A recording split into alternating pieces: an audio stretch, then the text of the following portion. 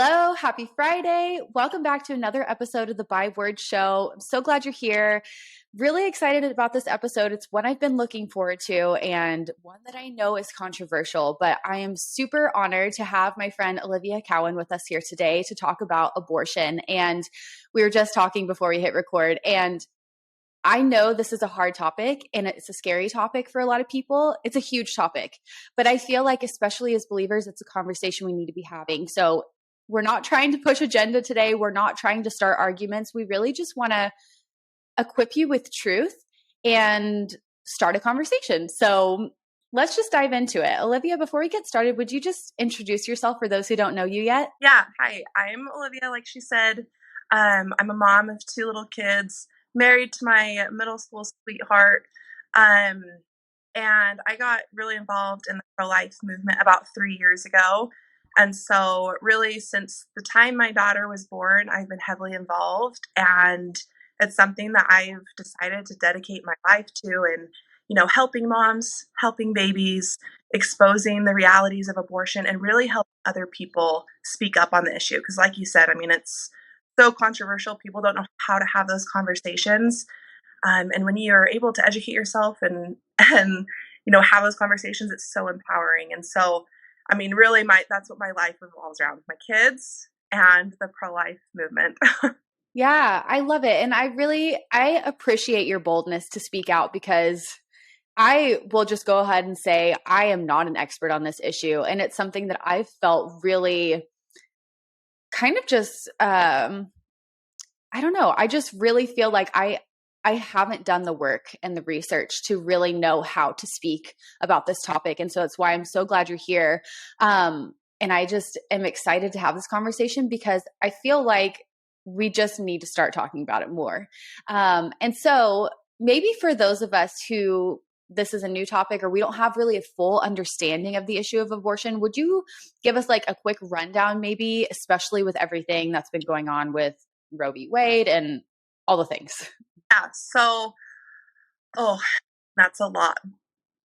So pretty much, for those who don't know what abortion is a medical procedure that ends the life of a human being inside of the womb. It terminates the pregnancy.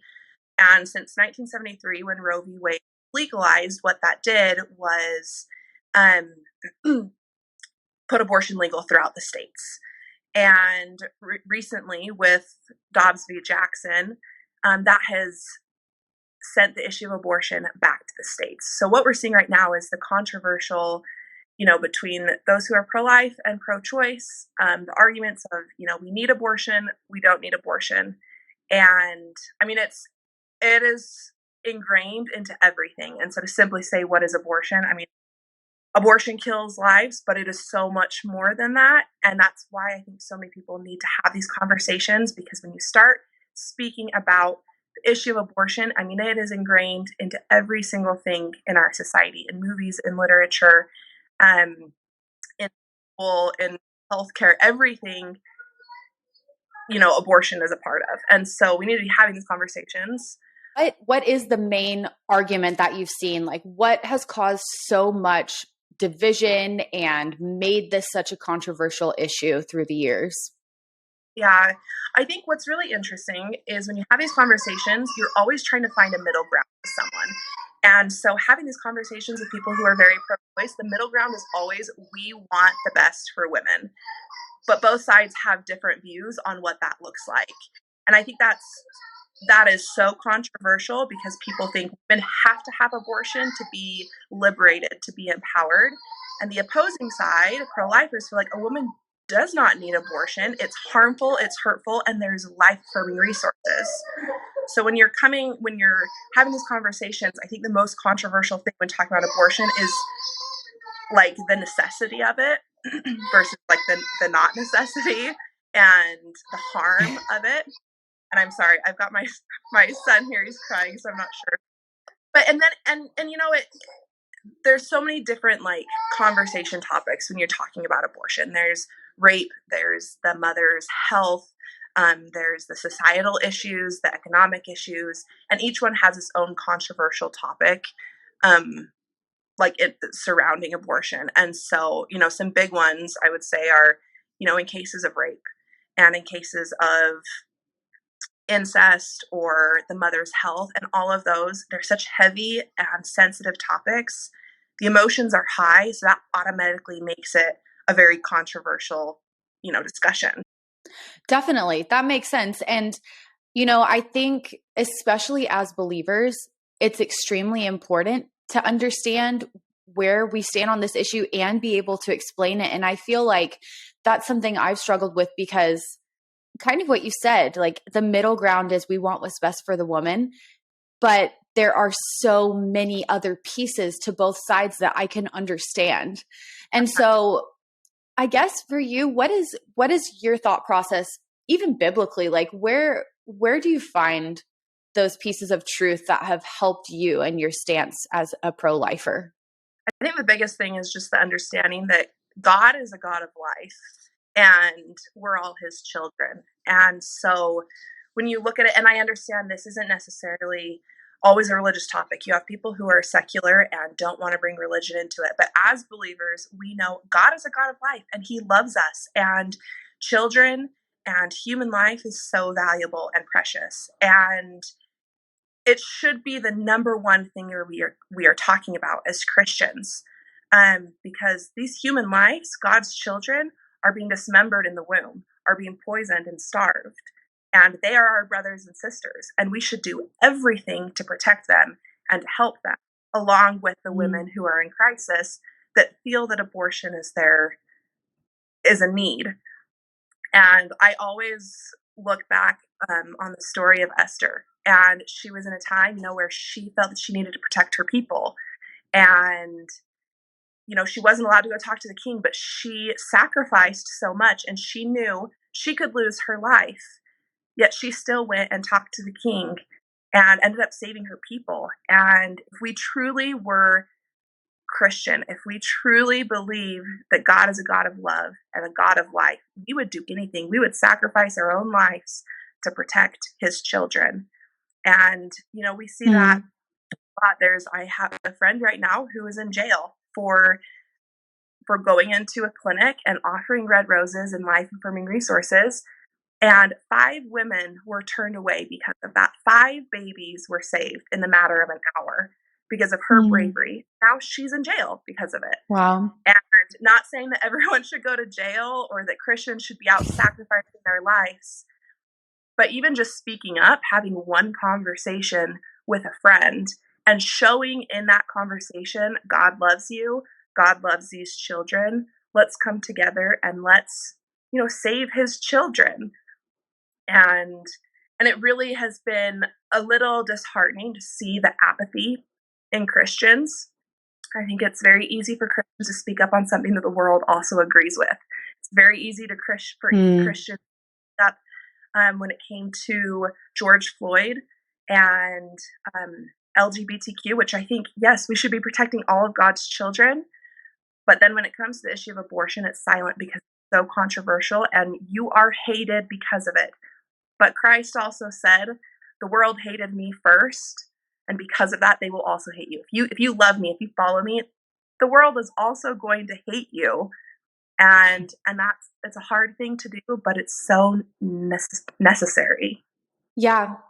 Yeah. And I think you're so right. It's one thing to speak up when it's easy and something everybody is speaking up about. But when it's something where you really, the potential for backlash is high, to be able to be bold and to speak truth, even when you're going to be rejected, you're going to have people coming at you with every kind of argument. Like, it's not as easy. And I get it. I've been silent because I just haven't even known what to say. And it's scary to think like, okay, if I speak my opinions or my beliefs about this, I'm going to lose followers or lose friends or people aren't going to agree with me. But it's like, you know what? At the end of the day, and I'm glad you mentioned this too, like abortion is just one piece of a much bigger issue. There's so many other things that are connected and tied to it, like all kinds of issues that contribute to the people whose view of abortion is a necessity.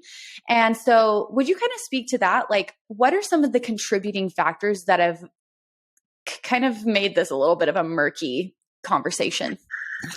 Well, we can even just look, for example, right after the Dobbs decision, huge companies came out and said they were going to start paying for abortion travel. So we look at Amazon, phone providers, things that like we use every single day. Banks are paying their employees to travel to kill their children. And so in a society for us, if we are spending our money on Amazon, that is directly impacting a woman's right to choose. You know, that directly is supporting a company that is in support of abortion. So that's just one aspect. You know, so much of the companies we use and the industries are involved in donating and funding abortion. We have different states and governors who have, you know, said we are going to make the state an abortion sanctuary. So California is an abortion sanctuary. When you fly into California, your tax dollars, what you spend your money on, could be going to helping kill children. And that's something that we have to navigate in our own lives of what are we going to support and what are we not? Are we going to continue to use these companies? I mean, Planned Parenthood, when it was founded by Margaret Sanger, you know, she was dedicated, and she said in her own words that her goal was to exterminate the Negro population. And I don't think a lot of people understand how Planned Parenthood actually is, and that these clinics are placed in minority areas, strategically in minority areas. And, you know, that's fulfilling her desires of making the race a more perfect race is how she talked. And so wow, we see these big blue check mark accounts talking about how abortion is needed and for the poor communities and the minority communities who can't survive without it. When you peel back the layers, you realize what they're saying is we need to kill these children because they're poor. And so, I mean, we just see it engraved into everything from the very beginning. It's strategically placed in media and schools and the sex education. You know, condoms are being passed out to 10-year-olds. And if you're teaching them how to have sex, and then right after that, teaching them it's okay, you can then just go get an abortion. You know, kids are raised from when they're little at school to know I can have sex. I know how to have sex. But then if I get pregnant, I can just get an abortion because it's just a clump of cells. So it's ingrained in us from the time little, from everything around us. Yeah. And that's so crazy. I didn't know that about Planned Parenthood either. And I think that's something really important to note is like even the places they're positioned, it's all thought through. Like there's ulterior motives there. And that's just crazy to me. That's mind blowing, but it makes sense. And I think something when I've been processing through this for myself is really like, well, how on the preventative side can we take better care of these vulnerable people? Because we're dealing with like the end of all these consequences that are not just a person's actions of having sex, but so many other factors that are contributing to why are they even getting to that point? Like, are they lacking support from family? Do they not have any other they feel like they don't have any other options? Like there's so many other things leading up to that point. And so how can we better care for vulnerable people in our communities and do that preventative work? Like, do you have any thoughts about that?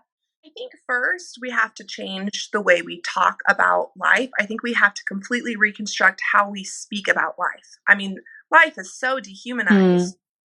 People are so, I mean, the violence and the evil in the world, we first have to change. And that happens in our homes. If, you know, if we can start teaching our children from the time that they're born that life is valuable and the realities of abortion, I mean, I think that would be a good stepping stone. And of course, there's a lot of, you know, families who aren't supportive, and that's where, you know, we need these resources and programs to come into play to support these young girls and to support, you know, these women and these families who are struggling. And what's interesting, to take it back just a little bit, when you talked about, you know, these Planned Parenthoods and like strategically placed, they're called federally qualified health centers.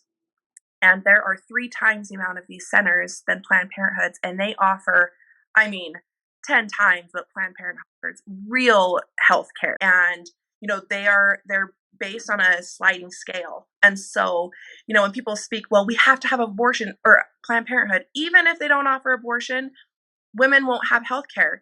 And it's such a lie. There are so many resources. There are so many programs, some that are federally funded and some that aren't, that truly offer these life affirming resources. And, pregnancy resource centers. There are over, I think, 2,600 around the country that offer physical help, financial help, emotional help, post-abortive healing. But it's not talked about. And resources, aren't being broadcasted on the news. What's being broadcasted is Planned Parenthood is healthcare. They provide help. And so if we can really get this information out and start supporting these places that offer those nonviolent resources, I think these women will see there is help for me. I do not have to turn to Planned Parenthood. Oftentimes you hear they felt option. And why is that? It's because it's not being talked about enough. It's not, these resources aren't, known because people aren't talking about it. So women really feel abortion was her only option. And then she finds out months later it wasn't. And then she is stuck with that grief and that pain forever.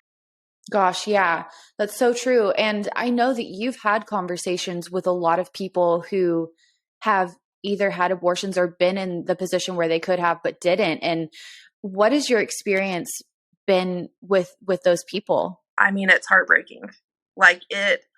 The amount of women that I've talked to that have said, I didn't know. And now they are grieving their child that was lost to abortion for the rest of their life. And I mean, I don't even really have words other than it's heart shattering, because these are real women that made a decision that they have to live with. And while there are, of course, resources and there's healing and there is forgiveness, and that's a huge thing to help these women see that you're forgiven, you can heal, there is forgiveness in Christ, but the pain is still real. And on the other side were women who, I work with these women every day who are abortion minded and even have abortion appointments set. And then they find that there are other resources. The relief that they feel is amazing. I mean, they feel like, oh my gosh, this burden is off of my shoulders. I thought I had to go through with an abortion. Even if they believe it's just a clump of cells, somewhere deep down, that is a child. That is my baby. There is a life inside of me. And it's relief when they realize there's help. And we're not just throwing diapers at her and saying good luck. The pro-life movement really cares and is dedicated to helping them from pregnancy and on throughout her entire motherhood journey. And, it's a relief for women when they see the real resources for them. It's amazing.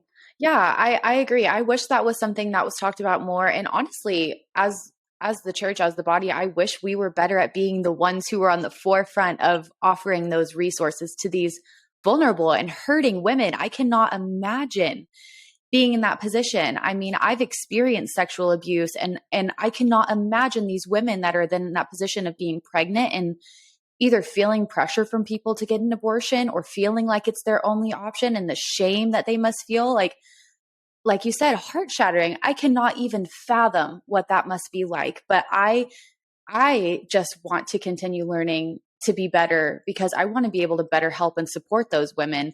And so I appreciate that about what you do and having the conversations with people, even that have different opinions than you, because I feel like that's a huge part of the solution is just having those conversations with people, letting them know that there is love, there is grace, there's forgiveness in Christ. And I feel like we should be doing a better job of being the ones who are readily offering that to people. The other side is really, really loud. I mean, you get on social media and one of the first things you see is probably going to be something about abortion, about pro-choice. It's just everywhere. And that side is so loud, and how disheartening for women who feel like I need another option, and to feel the only thing that they are hearing is abortion is right, it's normal, it's healthcare. If they do not hear the other side, if they do not see the support from the other side, of course they're going to think abortion is their only option. And they're not going to know there's healing. And I believe it's 40% of women who have had an abortion were attending church in the same month that they had an abortion. Maybe it's more. Maybe I'm getting wow. wrong, but a large number of women who are getting abortions were also going to church that week, that month. And I can't imagine sitting in church after having abortion and feeling the grief and the pain, and it's not being talked about. And the church is, I mean, I know there are Mhm. some, but for the most part, the church is silent. I can say I've never once heard abortion talked about in my congregation. And I can't imagine for these women who are sitting with the pain and the grief to feel like I need help, I need resources, I need healing, and all they hear is abortion's normal, abortion is healthcare. And if anything, that is why we should be more vocal. There are women that are suffering and in pain, and we need to help them. Yes, absolutely. And with that too, when I'm hearing all of these opinions and arguments, a big one that I keep coming that keeps coming up is, okay, well, you pro-lifers care so much about a baby like not being aborted, but then the child is born, and then what? Like, Right. can you speak to that perspective? Yeah, I mean, I don't think they fully understand the pro life movement then, because there are thousands and thousands of pro life individuals that continue to love that baby and would be happy if the mother doesn't want to parent, would adopt that baby, would love that baby, would do anything for that child and the mom. And so, I mean, of course, a very common argument is if you love the babies, what about the foster care system? And, these are sensitive topics, but I think an important thing to remember is you do not have to finance someone's needs to know it's wrong to kill them, to hurt them. It would be the same if I were to say, if you, to someone who speaks out against rape, if you're so against rape, how many women have you prevented from getting raped? You do not have to fix world issues to know it's wrong to hurt an innocent human being. And so, I mean, when it comes to if you love these babies in the womb, why don't you care about them after they're born? I mean, that's just a lie. And if you were involved in service and volunteering at all with these women in crisis, you would see that. And, when I have these conversations with people and they say, well, what do you do? Well, you know what? I can list off a whole long list of everything I do on my own dime for women and babies every single day. But it's really hard for them to tell me what they do. And it's a Mm. way to justify, I feel, in pushing off responsibility. And I mean, I know it's just the truth. It's not a fun thing for them to hear, but and we do need to be better though. Pro-lifers need to be more dedicated throughout the journey of motherhood. Sometimes it does stop, and that is an issue we need to fix. However, that is not the common denominator. We are continually supporting and helping, and I just don't think they see that. That makes sense. And really that just gives me a sense of urgency as somebody who believes in the beauty and power and God's love for life, Mhm. because so many people, believers or not, like whoever is a pro-life person, we're being silent and we're missing our responsibility Mhm. to care for these vulnerable women and hurting women. And so I think that's a huge missing piece that could be, if we were showing up more Mhm. caring for these people, then I feel like it would be easier for them to trust that we really want to be there the whole process and not just for this one piece that we disagree with them on. Right. Yeah, and I mean, it can be as simple. It doesn't have to be this. You are financially supporting this woman from birth until that child is 18 years old. If that's what you choose to do, great. That's still needed. These women still need financial help. Um, but it can be as simple as taking a meal into a woman, offering to babysit, giving free child care for her children while she has to go to work. There are so many ways we can get creative to help these women, and it's not just one way. Everyone has a way to help these women, but find in your neighborhood a single mom. I mean, if I could tell anyone anything to do today, go and find a single mom in your neighborhood, bring her a meal, and offer to babysit her kids for 2 hours. I mean, does that change her entire life? Does that change her financial situation or the crises that she's in? No, but it does lend a loving and helpful hand where she will draw on that forever. And then you start to build a relationship with her to where she feels like, okay, I can start to breathe again. It's so, I mean, it's little simple things like that that we can do that can lift these women that need us. Absolutely. And I love that because in such a huge, complex issue such as abortion, I think it's easy to overcomplicate all the rest of it as well. But like you said, it can be our action can be as simple as just bringing a meal, offering support, childcare, financial support, whatever it may be. And so I love that. And I'm so glad you brought that up because that's something where I've felt totally unequipped. It's like, well, what can I even Mm-hmm. do? But that makes sense. And I've even had conversations with friends of mine who are fostering, and that's how they're showing their support in other ways. And it's like, wow, like I can even send her coffee money, like Yeah. support her, support the other people who are doing the work in ways that I may not have the capacity to do right now. But there are so many options. And so I love that you brought that up. Thank you. Yeah. So I'm curious to know, are there any myths or misconceptions that you wish people were more clear about when it comes to abortion and the pro-life movement? So many. So many. A big one right now that we're seeing after the Dobbs decision that sent abortion back to the states are all of these misconceptions and myths that this um, impacts treatment for ectopic pregnancies and miscarriages. And that's something we are seeing across the board that couldn't be further from the truth. This has nothing to do with ectopic pregnancies, and the treatment of those are not an abortion. The treatment for ectopic pregnancies will never be banned. Those women will die. There is zero chance of saving that life inside of the Mm. fallopian. That baby will never develop and grow and will die and can kill the mother. And so even if hypothetically there was something that was going to ban treatment of ectopic pregnancies, the pro-lifers would be the first people to fight against that and make sure that that didn't pass. Because we don't want women to die. We're not these crazy people who are like, you just have to suffer with a pregnancy, even if it's in the fallopian tube. It's not true. Mm. And hand in hand with miscarriages, they're talking about how, some treatment for miscarriage for a baby who doesn't pass naturally is a D&C procedure, which is also an abortion procedure, but the intention behind it is what matters. A miscarriage, a D&C for miscarriage treatment, that baby has already unfortunately passed and is already dead inside of the womb. And so removing that is not the same as going in and killing the live baby that's inside of the womb and removing it. And so it's been a very heated topic right now, and it's hard because you see all these women who have had miscarriages and ectopic pregnancies, and they feel a lot of fear because they feel if this were to happen again, I would just die. Like, I would have to have a dead baby inside of me. I would go to jail because of that, and it's not the case. It never will be. But this misinformation that's being shared is really harmful for these women, and just is really just an outright lie. There's no legislation. There's nothing anywhere that you can find that shows those things are banned. And so, I'd say that's like the number one thing that we're dealing with right now and trying to correct and educate people on.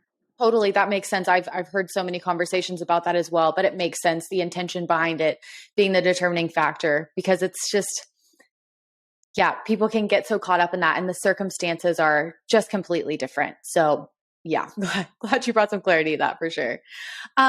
Would you talk to us about what you do with Heartbeat Box? Yeah, of course. So about 3 years ago, I don't know, have you ever seen the movie Unplanned, the story of Abby Johnson? No. Okay, you should watch it. It's an incredible movie. She was a clinic director at Planned Parenthood, and she oversaw many, many abortions. And so I was watching this movie, and after watching the movie, I just felt this pull of like, I need to help these women who are in pain.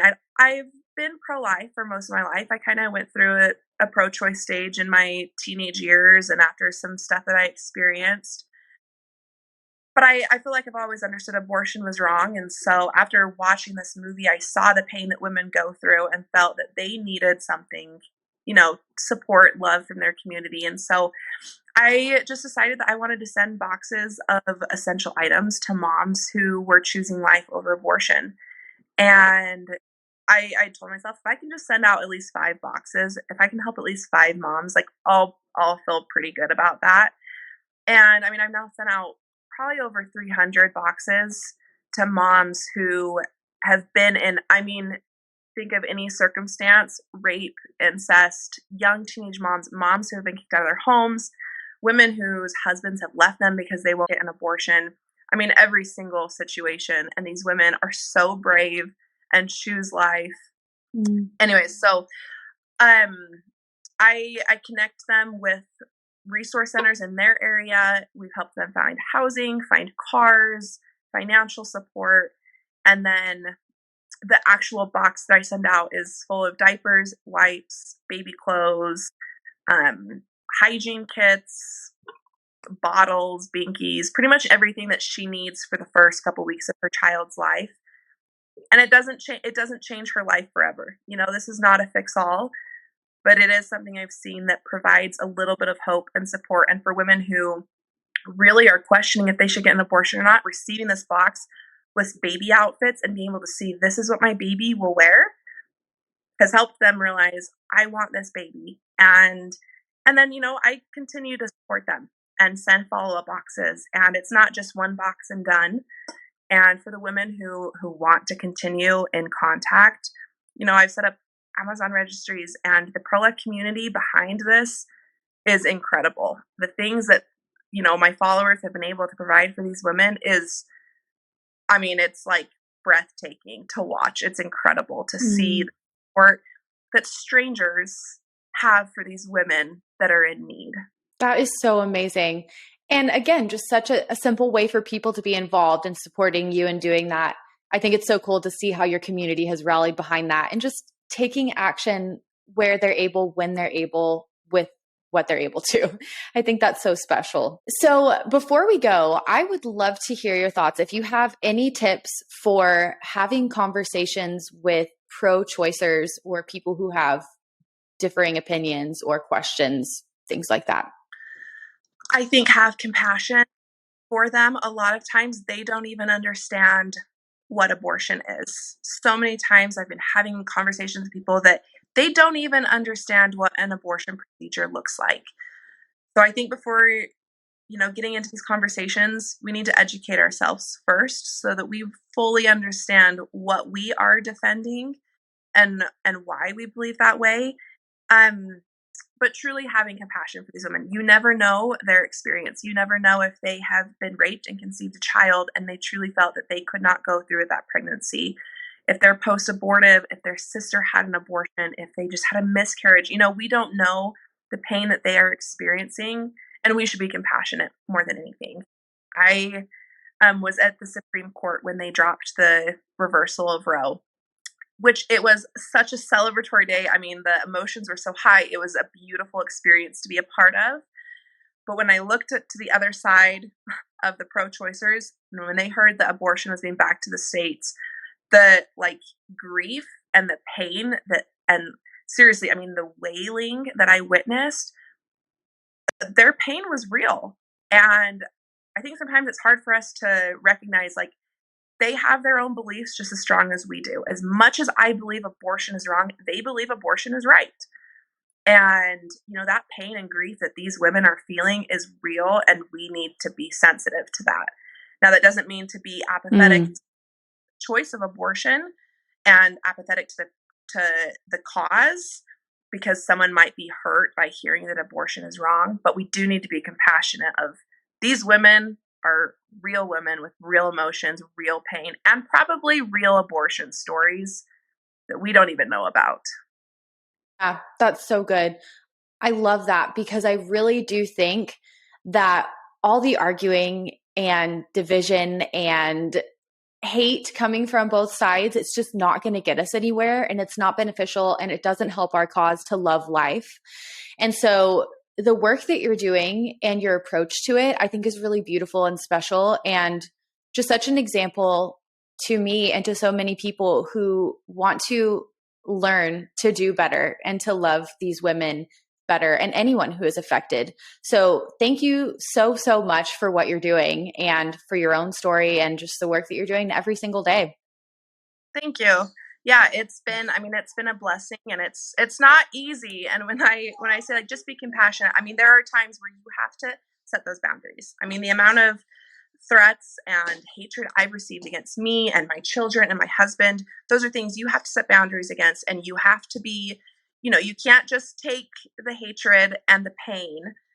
So I think there is a balance of as being compassionate, but also standing up for yourself and realizing some people are in it just to be hurtful and harmful and, to wish horrible things upon you. And at that point, I think it's important that you also are kind, but you can set that boundary. But it's been a beautiful thing to witness and to see the hearts and minds change of women that I thought, oh, they will forever be pro-abortion, and to watch their hearts and their minds change as they realize the realities of abortion and they see the real help that's available. It's pretty incredible to see. That is really cool. Man, well, where can everybody connect with you, learn more, get involved with Heartbeat Box, and all the things from here? Thank you. My personal Instagram is liv.cowin, liv.cowin. And then pretty much everything with the Heartbeat Box is at the Heartbeat Box. So my website is at theheartbeatbox.com. Instagram is at the Heartbeat Box. And there is, so much need right now, especially as women are being faced with these unplanned pregnancies and abortion is restricted in their states. They need the support and love. And so, reach out to me if you know of women, if you want to help, get the word out. It's so appreciated.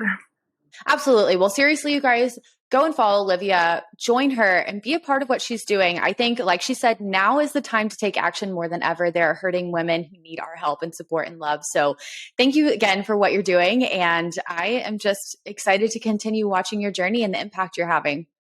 Thank you. Thanks for having me on. Thank you so much for taking time out of your day to tune into another episode of the Byword Show. I love having you here, and I'm so thankful for your support. Don't forget to share a screenshot of this episode to let me know you were here. I can't wait to talk again soon, but in the meantime, be sure to come hang out with me on Instagram, and remember, I am cheering you on.